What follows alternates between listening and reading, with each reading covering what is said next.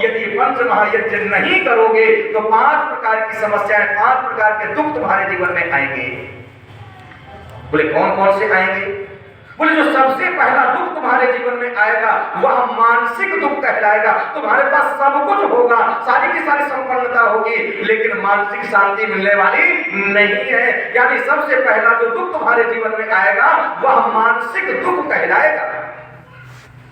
क्यों? आज किसी से भी पूछ लेना, सब ठीक ठाक है, बढ़िया है, तो बस एक ही बात कहता हुआ पाया जाता है, बोले साधनों की कोई कमी नहीं है, बेटे का पैकेज भी बहुत बढ़िया है, व्यापार भी बहुत बढ़िया चल रहा है, किसी चीज की कोई कमी नहीं है, लेकिन सब कुछ होते हुए भी हम परेशान हैं।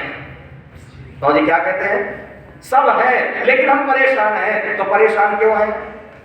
परेशान शब्द को तोड़ो और इसका अर्थ करो संस्कृत में। और इस पद को तोड़ते हैं तो 2 पद बनते हैं, पर और ईशाना।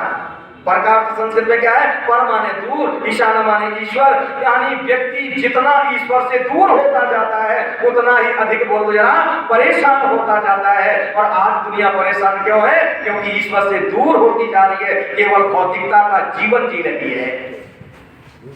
और यदि भौतिकता का जीवन जिएंगे तो निश्चित रूप से परेशानी तो आएगी। इसलिए कहा सबसे पहला जो दुख आएगा बोले मानसिक दुख आएगा। बोले मानसिक दुख कहां से मिलेगा? बोले अंदर के अंदर से तुम्हें प्राप्त होगा। बोले अंदर से कैसे प्राप्त होगा? बोले कि जब दुख अंदर से तुम्हें प्राप्त हो रहा है तो इस मानसिक दुख को दूर करने का साधन भी कहां है? बाहर से यदि प्राप्त होता तो बाहर के साधनों से दूर होता। क्यों? क्योंकि हमारे पास गाड़ी है लेकिन मानसिक शांति नहीं है, व्यापार चल रहा है लेकिन मानसिक शांति नहीं है। इससे पता चला बाहर के साधनों से मानसिक दुख दूर होने वाला नहीं है। बोले कहां से दूर होगा? बोले अंदर के कारणों से मुझे अंदर ही उस दुख को दूर करने के साधन मिलेंगे। बोले उस तक अंदर तक पहुंचने के लिए कोई व्यवस्था है, विधि है? तब ऋषि दयानंद कहते हैं हाँ एक यज्ञ है अंदर जाने के लिए। बोले कौन सा यज्ञ है? बोले ब्रह्म यज्ञ है। और ब्रह्म यज्ञ केवल संध्या का नाम नहीं है, ये संध्या तो ब्रह्म यज्ञ का बोलो एक भाग है। और महर्षि पतंजलि सूत्र देते हुए कहते हैं स्वाध्याय मोक्ष शास्त्राणाम अध्ययनम प्रणव जपवा, ये सारा का सारा क्या है? बोले ब्रह्म यज्ञ है। योगाभ्यास भी ब्रह्म यज्ञ का बोलो भाग है। यानी संध्या भी यज्ञ का, ब्रह्म यज्ञ का भाग है। संपूर्ण ब्रह्म यज्ञ क्या है? बोले मोक्ष शास्त्रों का अध्ययन करना, ओम का जप करना, योगाभ्यास करना, साधना करना, ये सारा का सारा क्या है? बोले ब्रह्म यज्ञ है। इस ब्रह्म यज्ञ के द्वारा व्यक्ति अंतर्मुख हो जाता है। और अंदर कौन प्राप्त होता है? बोले अंदर तुम्हें 2 मिलेंगे, एक आत्मा मिलेगा, दूसरा बोलो परमात्मा मिलेगा। और जब आत्मा और परमात्मा का मिलन हो जाएगा तो मानसिक दुख बोलो दूर हो जाएगा। और संक्षेप में चर्चा करो। बोले दूसरा दुख, बोले सांसारिक दुख। बोले सांसारिक दुख से बचने का उपाय तो ऋषि ने कहा पहले ये जानो वन संसार बना किससे है? ऋषि ने कहा संसार तो देवताओं से बना। किन देवताओं से? बोले जड़ देवताओं से। बोले जड़ देवताओं को स्वस्थ रखोगे तुम भी स्वस्थ रहोगे, और यदि जड़ देवताओं को स्वस्थ नहीं रखोगे तो तुम भी अस्वस्थ हो जाओगे।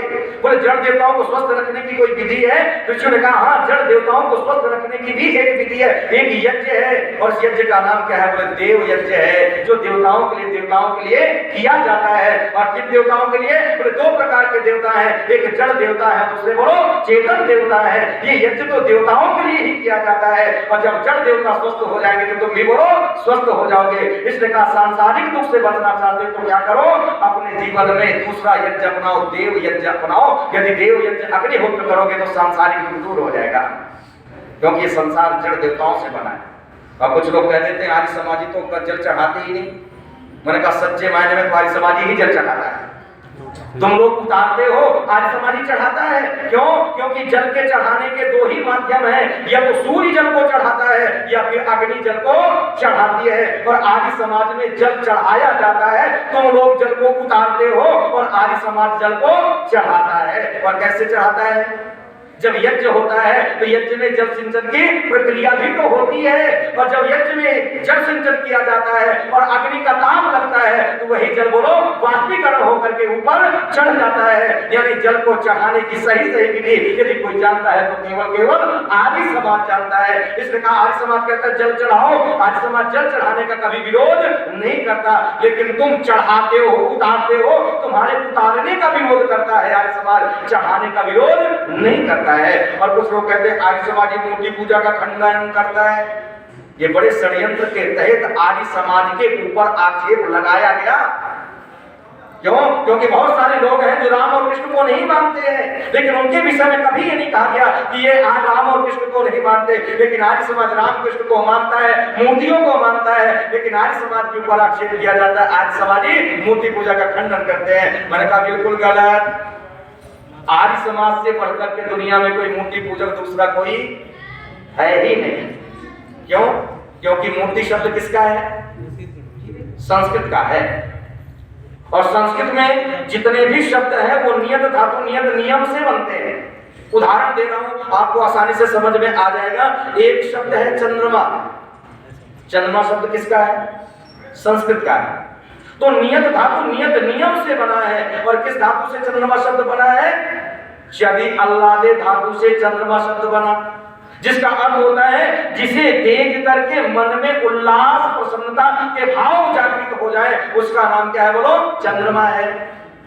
ठीक उसी तरह से मूर्ति शब्द भी संस्कृत का है। तो नियत धातु नियत नियम से बना है। और मूर्ति शब्द किस धातु से बना है? मृंग प्राण त्यागे धातु से मूर्ति शब्द बना है, जिसका अर्थ होता है मूर्ति वो है जो प्राण त्यागने का सामर्थ्य रखती है। यानी एक है कि मूर्ति वो है जो प्राण त्यागती है। और गाजियाबाद वालों ईमानदारी से बताना, प्राण त्यागेगा कौन? जिसमें प्राण नहीं। बहुत सुंदर। प्राण तो वही छोड़ेगा जिसके अंदर प्राण है। यानी मोबाइल को जिसके पास होगा वही तो मोबाइल छोड़ेगा, और जिसके पास मोबाइल है नहीं तो मोबाइल छोड़ेगा कैसे? बोले प्राण वही छोड़ेगा जिसके अंदर प्राण है, और जिसके अंदर प्राण नहीं हो कभी प्राणों को छोड़ नहीं सकता। बस एक बात का उत्तर और दे दीजिएगा, किसी